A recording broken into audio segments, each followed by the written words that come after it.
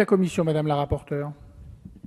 Oui, merci Monsieur le Président. Donc, moi, je souhaiterais répondre à notre collègue sur lequel nous avions collaboré utilement pour améliorer ce texte, que aujourd'hui, je suis désolée, mais je vais mettre un avis défavorable pour la simple et bonne raison, comme on a pu l'expliquer tout au long de la première lecture de la Commission ici.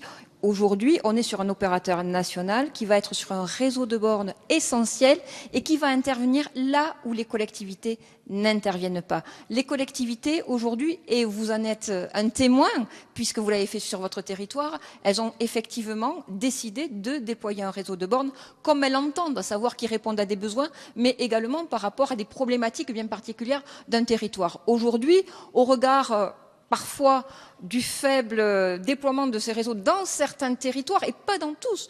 La nécessité d'un opérateur national a fait voir son utilité. C'est pour ça que le gouvernement a accepté cette proposition de loi et où il y a eu un transfert de compétences, je le rappelle, des collectivités vers l'État pour assurer ce déploiement. Donc aujourd'hui, on ne peut pas imposer à cet opérateur national, et je tiens à répondre M. Carvalho qui n'est plus là, qu'il n'y a pas de redevance qui sera payée à l'opérateur national. Cette opération, c'est pas Ecomove, hein. Cet opérateur national ne sera pas rémunéré par l'État. Donc à partir de là, c'est son modèle économique en fonction effectivement d'un cadre qui lui sera donné par l'État. On le voit, 2 régions au minimum et un aménagement équilibré. Et lui, par rapport à ces données-là, il devra faire quand même son modèle économique puisqu'il n'y aura pas de rétribution de la part de l'État. Donc, à partir de là, on ne peut pas lui demander d'assumer ni le fonctionnement, ni l'entretien, ni l'exploitation de ce que des collectivités auraient mis en place sur le territoire.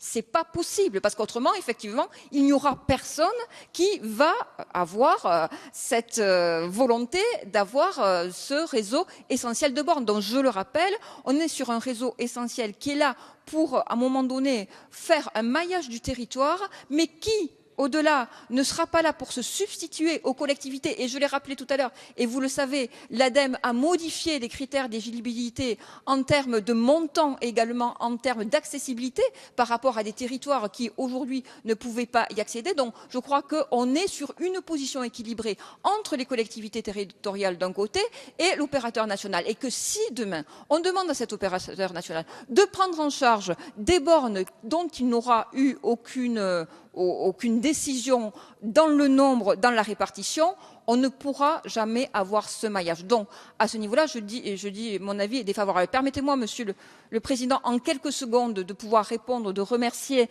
les collègues qui ont apporté leur soutien à ce texte et qui l'ont suivi, de pouvoir vous dire également de remercier, vous aussi, Monsieur Leboeuf, d'avoir pu contribuer, de remercier Monsieur Benoît, l'UDI, et de rappeler, bien sûr, qu'on est dans une continuité. Vous l'avez tous dit, on est parti du Grenelle de l'environnement, on ne fait qu'une continuité. La transition énergique va arriver dans quelques mois, qui va pouvoir répondre à un certain nombre également de vos interrogations et compléter utilement le texte. On est un maillon qui aujourd'hui demande de la réactivité, de la rapidité. C'est pour ça que nous souhaitons effectivement que ce texte soit adopté conforme ce soir pour aller vite la mise en place, mais ce n'est pas la fin de l'histoire. La fin de l'histoire va se continuer avec la ministre de l'écologie sur la transition énergétique et je suis persuadée que nous pourrons continuer à améliorer le dispositif qui naît ce soir grâce à vous.